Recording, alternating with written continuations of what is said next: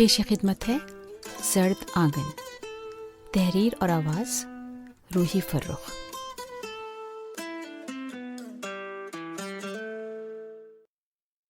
10واں باب۔ نئی جگہ، نئی دنیا، نئے لوگ۔ اسٹیشن سے لے کر ہاسٹل کی عمارت تک پہنچتے پہنچتے، ٹوٹی پھوٹی سندھی سے کام چلاتے چلاتے اور اب گیٹ پر کھڑے چوکیدار کو اپنے بارے میں بتاتے، اس کے اندر کی گھبراہٹ اور بوکھلاہٹ قطرے کم ہو گئی تھی۔ انسان کتنی جلدی حالات کے مطابق ڈھل جاتا ہے۔ ہاسٹل کے آفس اور آفس سے کمرے تک کا سفر نسبتاً بہت آسان تھا۔ اپنا سوٹ کیس بستر پر رکھتے ہوئے اس نے گردن گھما کر کمرے کا جائزہ لیا۔ صاف ستھرا 2 بستروں پر مشتمل چھوٹا سا کمرہ، ایک میز کرسی، ایک کپڑوں کی الماری اور ایک چھوٹا سا بک شیلف۔ دوسرے بیڈ کے نیچے ایک سرخ رنگ کا چھوٹا سا بیگ رکھا تھا۔ سائڈ ٹیبل پر نازک سی گھڑی رکھی تھی۔ بستر کے سرہانے تکیے کے اوپر خوبصورت سفید بیل لگا گلابی دوپٹہ اور فرش پر اونچی ایڑی کی سفید اور گلابی فیتوں والی پیاری سی سینڈل رکھی تھی۔ غسل خانے سے پانی گرنے کی آواز آ رہی تھی۔ یقیناً اس کی روم میٹ پہنچ چکی تھی۔ کھڑکی کے پردے بند تھے، مگر اس سے آنے والی ہوا بتا رہی تھی کہ کمرہ خاصا ہوادار بھی ہے۔ اس نے آگے بڑھ کر کھڑکی کے پردے کھینچ کر ایک طرف کر دیے۔ تیز دھوپ نے ایک لمحے کو اس کی آنکھیں خیرہ کر دیں۔ آنکھوں کو سکیڑ کر اس نے باہر پھیلے منظر کا جائزہ لیا۔ ہاسٹل کی اونچی 4 دیواری کے پیچھے دور دور تک پھیلا چٹیل میدان اور اس میں کہیں کہیں اگا خضر و سبزہ۔ حد نظر تک اجاڑ، ویران، سپاٹ اور سنسان۔ اسکول کی عمارت اور دوسری آبادی یقیناً دوسرے رخ پر تھی۔ اگر اسے کہیں بہت عرصے اس کمرے میں رہنا ہوتا تو یقیناً اس کا دل بیٹھ جاتا اس منظر سے، لیکن اسے کون سا یہاں عمر گزارنی تھی؟ 15-20 دن ہی کی تو بات تھی، اس نے گویا اپنے آپ کو دلاسا دیا۔ سفر کی گرد اور اسٹیشن سے یہاں تک کے تانگے کے سفر نے اس کے وجود کو ریت اور مٹی سے بھر دیا تھا۔ نہا لیا جائے، اس نے سوچا اور سینڈل اتار کر بستر کے نیچے رکھتے ہوئے سوٹ کیس کھول لیا۔ لیکن اس کے کپڑے نکالنے کے لیے بڑھتے ہاتھ رک گئے۔ سب سے اوپر ایک کارڈ رکھا تھا۔ اسے یاد نہیں تھا کہ آخری بار جب اس نے سوٹ کیس بند کر کے برآمدے میں لا کر رکھا تھا تو اس کارڈ کا کوئی وجود تھا۔ ہلکے نیلے رنگ کے لفافے کے اندر رکھے کارڈ کو کھول کر پڑھنے سے پہلے ہی اپنے بچوں کے ہاتھ کی لکھائی اور نام دیکھ کر اس کی آنکھیں آنسوؤں سے دھندلانے لگیں۔ یقیناً یہ بھی ہانیہ کا ہی آئیڈیا ہوگا، ماں کو دونوں کی طرف سے گڈ لک کارڈ دینا اور کسی ترکیب سے اسے آخری لمحات میں سوٹ کیس کے اندر تک پہنچانا۔ میرے بچے، اس نے کارڈ سینے سے لگا کر بھینچ لیا۔ ارے یار، یہاں تو مطلع ابرآلود ہے، کسی بھی وقت بارش متوقع ہے۔ کسی کی کھنکھناتی چہکتی آواز پہ اس نے ہڑبڑا کر آنکھیں جلدی جلدی جھپکی اور آنسو چھپانے کی کوشش کرتے ہوئے آواز کے رخ پر دیکھا۔ کمر غسل خانے کے کھلے دروازے کی چوکھٹ سے ٹکائے، سر پر تولیہ لپیٹے، لان کا بھڑکتے رنگوں سے سجا سوٹ پہنے وہ جو بھی تھی، خاصی دیکھنے کی چیز تھی۔ نہانے کی وجہ سے اس کا گلابی چہرہ جیسے گلاب کی طرح کھلا ہوا لگ رہا تھا۔ تولیوں کو سر پر سے کھول کر اس نے ہاتھ میں لیا اور سر ایک طرف جھکا کر بال خشک کرتے ہوئے اس نے پھر اسی کھنکتی ہوئی خوبصورت آواز میں کہا، دیکھو بھائی، ہمارے ساتھ رہنا ہے تو یہ رونی صورت نہیں چلے گی۔ ہم تو بھائی خوشباش فٹ فاٹ لوگ ہیں، اور جو ہمارے ساتھ رہتا ہے اسے بھی ایسا ہی ہونا پڑتا ہے، نہیں تو ہم بنا دیتے ہیں۔ پھر اس نے تولیہ بڑے اہتمام سے کندھوں پر پھیلائی، آگے بڑھی اور اپنا سیدھا ہاتھ اس کی طرف بڑھاتے ہوئے ذرا سا جھک کر بڑی ادا سے کہا، خاکسار کو منیزہ کہتے ہیں۔ اگلے کم سے کم 3 ہفتے ہمارا آپ کا دن رات کا ساتھ رہے گا۔ آپ کا اس میں شریف۔ امبر نے جو اس کی پہلی بات سے لے کر اب تک کچھ گم سم گو مگو بیٹھی تھی، ہڑبڑا کر اس کا بڑا ہاتھ تھام لیا۔ اس کی اردو بہت صاف شفاف تھی، لیکن لب و لہجے میں سندھی کی چاشنی گھلی ہوئی تھی۔ امبر، اس نے حسب عادت آہستہ سے کہا۔ کیا؟ منیزہ نے پھر جھک کر کان کے پیچھے ہاتھ رکھ کر جیسے کچھ سننے کی کوشش کی۔ امبر، امبر احسان نام ہے میرا۔ اس کے اس طرح اداکاری کرنے پر اب کی بار کو چڑھ کر امبر نے ذرا زور سے جواب دیا۔ خواہ بے تکلف ہونے والوں سے وہ ہمیشہ سے خار کھاتی تھی۔ بھلا کوئی بات ہے؟ سانس لینے کا موقع دیے بغیر کسی پر چڑھ دوڑو، نہ جان نہ پہچان۔ اچھا، اس نے اچھا کو خاصا کھینچا۔ بھائی نام تو ہمیں پسند آیا، اب کام بھی بتاؤ لڑکی، جیسے کہ میں یہاں سائنس اور بایولوجی کی استانی صاحبہ بن کر آئی ہوں، جیکب آباد نمبر 5 سے۔ امبر کو اس کی اس طرح بے بات ہانکنے پر اب الجھن ہو رہی تھی۔ اسے نہانا تھا، گھر فون کر کے اپنی خیریت اور بچوں کی خیریت لینا تھی، کچھ لیٹ کر تھکن اتارنی تھی۔ میری بلا سے بھائی، تم مریخ سے آئی ہو، اس نے جل کر سوچا۔ میں نہا لوں پہلے؟ سب کو جاننے کے لیے اگلے 15 منٹ ہی نہیں ہے ہمارے پاس، اگلے کم از کم 3 ہفتے ہمارا آپ کا دن رات کا ساتھ رہے گا۔ اس نے ٹھنڈے لہجے میں منیزا کو اس کی بات لوٹائی۔ سوٹ کیس سے ایک لان کا سوٹ نکالا، تولیہ ہاتھ میں پکڑی، سوٹ کیس بند کر کے بستر کے نیچے رکھا اور غسل خانے کی طرف رخ کیا۔ بھائی وہ کیا ہے کہ صابن اور شیمپو اپنا اپنا، کپڑوں کی الماری سانجی ہے، اس لیے وہ آدھی آدھی اور باقی سب پورا پورا۔ منیزا نے اس طرح ہونٹوں میں ہنسی دبا کر خوش دلی سے کہا جیسے امبر اس کو سڑا سا جواب دے کر نہیں بلکہ خوش گپیاں کر کے نہانے جا رہی ہو۔ امبر جھنجھلا کر پلٹی، پھر سوٹ کیس نکال کر بستر پر رکھا، صابن اور شیمپو نکالا۔ باتھ روم کا دروازہ اپنے پیچھے بند کرتے ہوئے اسے منیزا کی گنگناہٹ سنائی دی۔ کچرا محبت والا اکھیوں میں ایسا ڈالا، کچرے نے لے لی میری جان،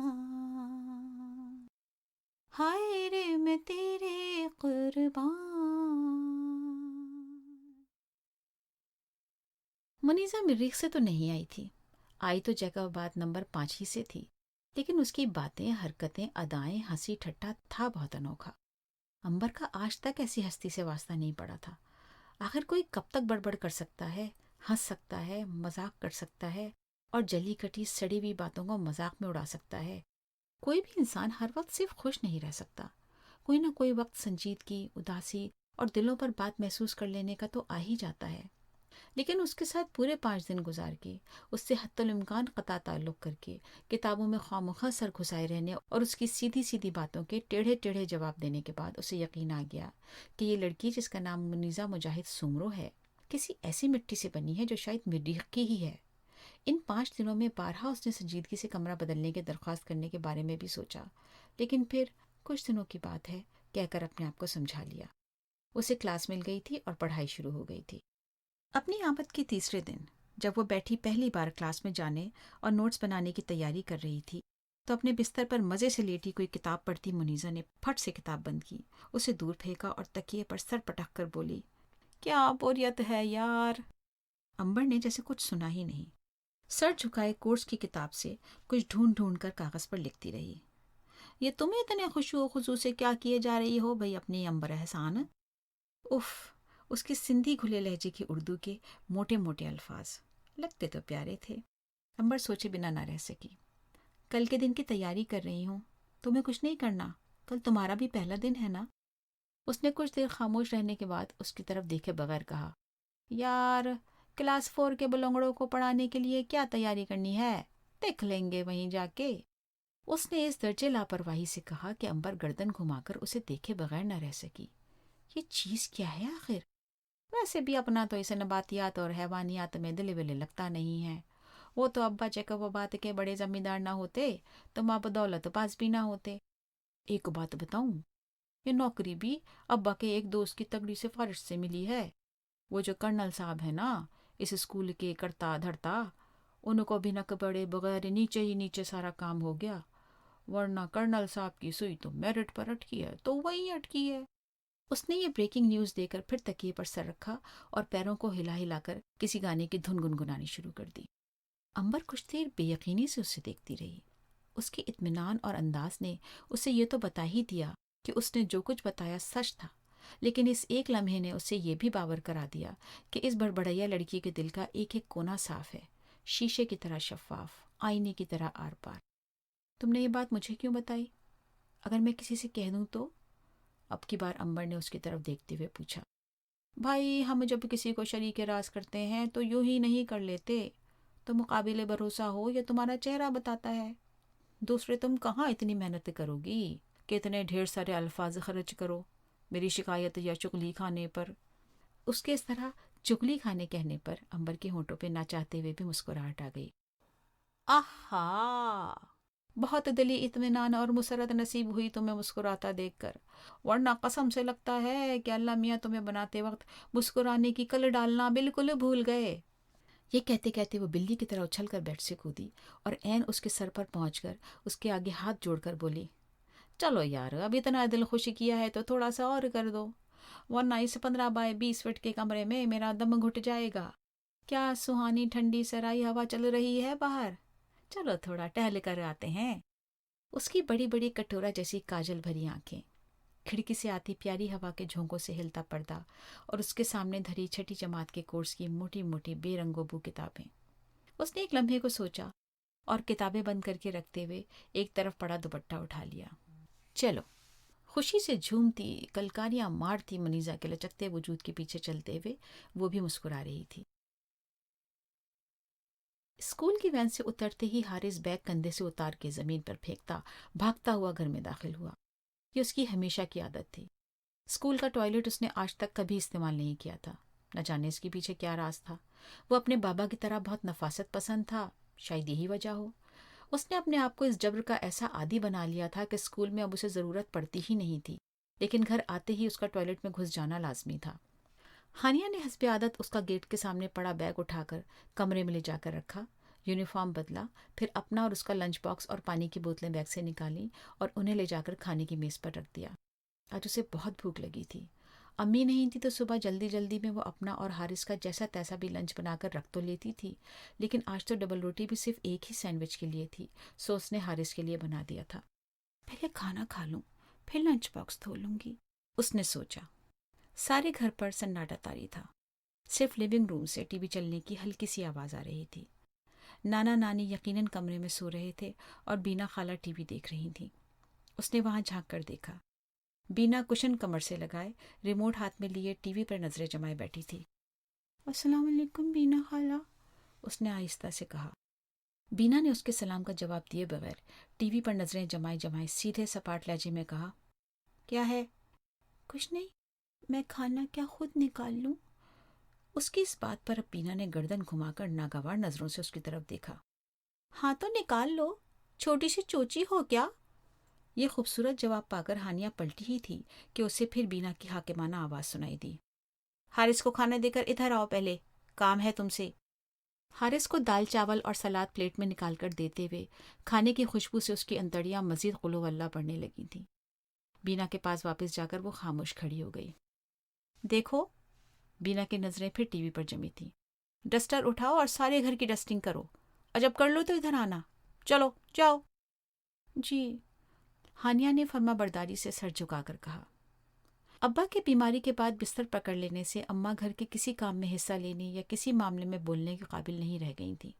ابا کا علاج، آرام، پرہیزی کھانا، دوائیں، بس اسی میں گھن چکر بنی ہوئی تھیں۔ عرصے سے انہوں نے گھر بینا پہ چھوڑ دیا تھا اور وہ حقیقتاً کلی طور پر گھر کے سیاہ اور سفید کی مالک تھی۔ ماہانہ سودا سلف کی خریداری سے لے کر دھوبی اور ماسی کی تنخواہوں تک کا خرچ اب اسی کے ہاتھ میں تھا۔ وہ ویسے بھی ہمیشہ سے اماں کی بہت لاڈلی تھی، ان کے لیے یہی بہت سہارا تھا کہ وہ سارا گھر سنبھالے ہوئی تھی۔ ابا کچھ بولنے کے قابل نہیں رہے تھے، بہزاد کسی گنتی میں نہیں تھا، اور شہزاد کو گھر میں ایک لگا بندہ خرچہ دینے کے علاوہ اور کسی چیز سے سروکار نہیں تھا۔ اسے ویسے بھی اپنی پڑھائی اور ٹیوشن سے سر کھجانے کی فرصت نہیں تھی۔ ایسے میں بینا کو مالکن ہونے اور حکم چلانے کی عادت ہو چکی تھی۔ گھر کے ایک ایک کام میں اس کی مرضی شامل ہونا ضروری ہوتی تھی۔ اب اس کی شادی کی عمر تھی اور اماں اور آپا اس معاملے میں فکر مند بھی رہتی تھیں، خاص طور پہ جبکہ گھر میں پہلے ہی ایک طلاق یافتہ بہن بیٹھی ہوئی تھی۔ اس کی کسی اچھی جگہ شادی ہو جانا بڑا مارکا تھا، لیکن بینا کا مزاج آسمان سے باتیں کرنے لگا تھا۔ 2-3 رشتے وہ معمولی معمولی باتوں کو وجہ بنا کر بڑی آسانی سے ٹھکرا چکی تھی۔ یہ بات باعث تشویش تو تھی، لیکن شہزاد کے بعد اب اماں بینا سے بھی کچھ کہنے یا اسے سمجھانے کی حیثیت میں نہیں تھی۔ گھر چلاتے چلاتے اس کے اندر جو تحکم اور رونت آ چکی تھی، اس کا اب کوئی علاج نہیں تھا، سوائے اس کے کہ اس کے حسب منشا رشتے کی معجزانہ آمد کا انتظار کیا جائے۔ اس پر بدمزاجی کے جو دورے پڑتے تھے، ان سے ہانیہ بھی اچھی طرح واقف تھی۔ آج خالہ کی صورت دیکھتے ہی اسے اندازہ ہو گیا تھا کہ آج پھر کسی بات پر ان کا موڈ سخت خراب ہے۔ بات تھی بھی صحیح۔ اپنی سہیلی کی ڈھولکی میں پہننے کے لیے جو جوڑا اس نے بڑے چاؤ سے بنوایا تھا، آج درزی کے ہاتھوں اس کی فٹنگ اور ڈیزائن کی درگت نے اس کا پارا 7ویں آسمان پر پہنچا دیا تھا۔ کپڑے اس کے منہ پر مار کے آئی تھی اور سارا دن بکتے جھکتے چڑچڑاتی رہی تھی۔ اب اس چڑچڑاہٹ کا کچھ حصہ ہانیہ کے نصیب کا بھی کیوں نہ ہوتا۔ ہانیہ جب آدھے گھنٹے میں سامان سے اٹے ہوئے گھر کی ڈسٹنگ کر کے فارغ ہوئی تو بھوک کے مارے اس کے ہاتھ کانپ رہے تھے۔ ڈسٹر جگہ پر واپس رکھ کے وہ پھر بینا کے حضور حاضری دینے آئی، جو اب تک اسی طرح ٹی وی کے آگے جمی بیٹھی تھی۔ ہانیہ پہ ایک ٹیڑھی نگاہ ڈال کے اس نے پوچھا، کر لیا؟ جی۔ ٹھیک سے کیا ہے؟ میں چیک کروں گی، اگر کہیں مجھے مٹی گرد نظر آ گئی تو تم جانتی ہو پھر۔ اس نے اسی رعونت بھرے لہجے میں کہا۔ ہانیہ کو خاموش کھڑا دیکھ کر اس نے کھڑکی کے پردے کو ہٹا کر باہر رسی پر پھیلے کپڑوں کا جائزہ لیا جو ماسی صبح دھو کر پھیلا گئی تھی۔ چلو کپڑے لے کر آؤ اندر، تہ لگا کر سب کے کمروں میں رکھ کر آؤ۔ اماں ابا کے باہر صوفے پر ہی چھوڑ دینا، کہیں ان کی نیند خراب کرنے کمرے میں گھس جاؤ۔ گودا تو ہے نہیں تمہارے دماغ میں۔ اس کی ریموٹ پر جمی انگلیاں پھر چلنے لگی۔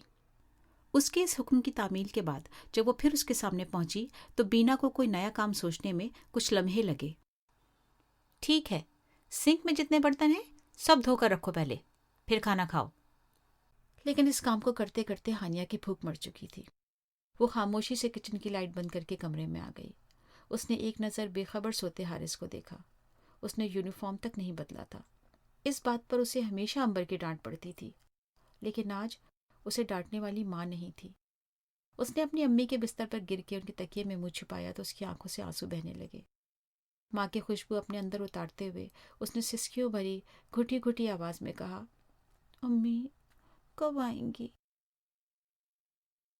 آفاق کمرے میں خاموش پڑا تھا۔ کمرے میں اندھیرا تھا اور گھر پر سناٹا چھایا ہوا تھا۔ یہ وہ آئیڈیل صورتحال تھی جس میں عام حالات میں وہ گھوڑے بیچ کر سو سکتا تھا، لیکن کچھ دنوں سے اسے یہ سناٹا اور خاموشی چبھنے لگی تھی۔ بیوی بچوں کے جانے کے بعد جس آزادی اور سکون کا اس نے جی بھر کے لطف اٹھایا تھا، اب وہ آزادی اسے تکلیف دینے لگی تھی۔ ایک عجیب سی بے چینی تھی جو اس کے اندر بھر گئی تھی۔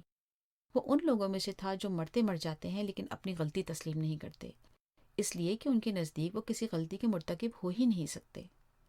اب بھی اس کے نزدیک جو کچھ ہوا اس میں سارا قصور امبر کا تھا جو اپنی ضد اور ہٹ دھرمی کا نتیجہ بھگت رہی تھی۔ اسے اب بھی اس بات کا ادراک نہیں تھا کہ وہ ایک ذمہ دار شوہر اور باپ کے فرائض سے بھاگتا رہا تھا۔ اب بھی اس کی وہی ایک چال بے ڈھنگی تھی۔ ذمہ داریاں نبھانا اس کے بس کی بات ہی نہیں تھی۔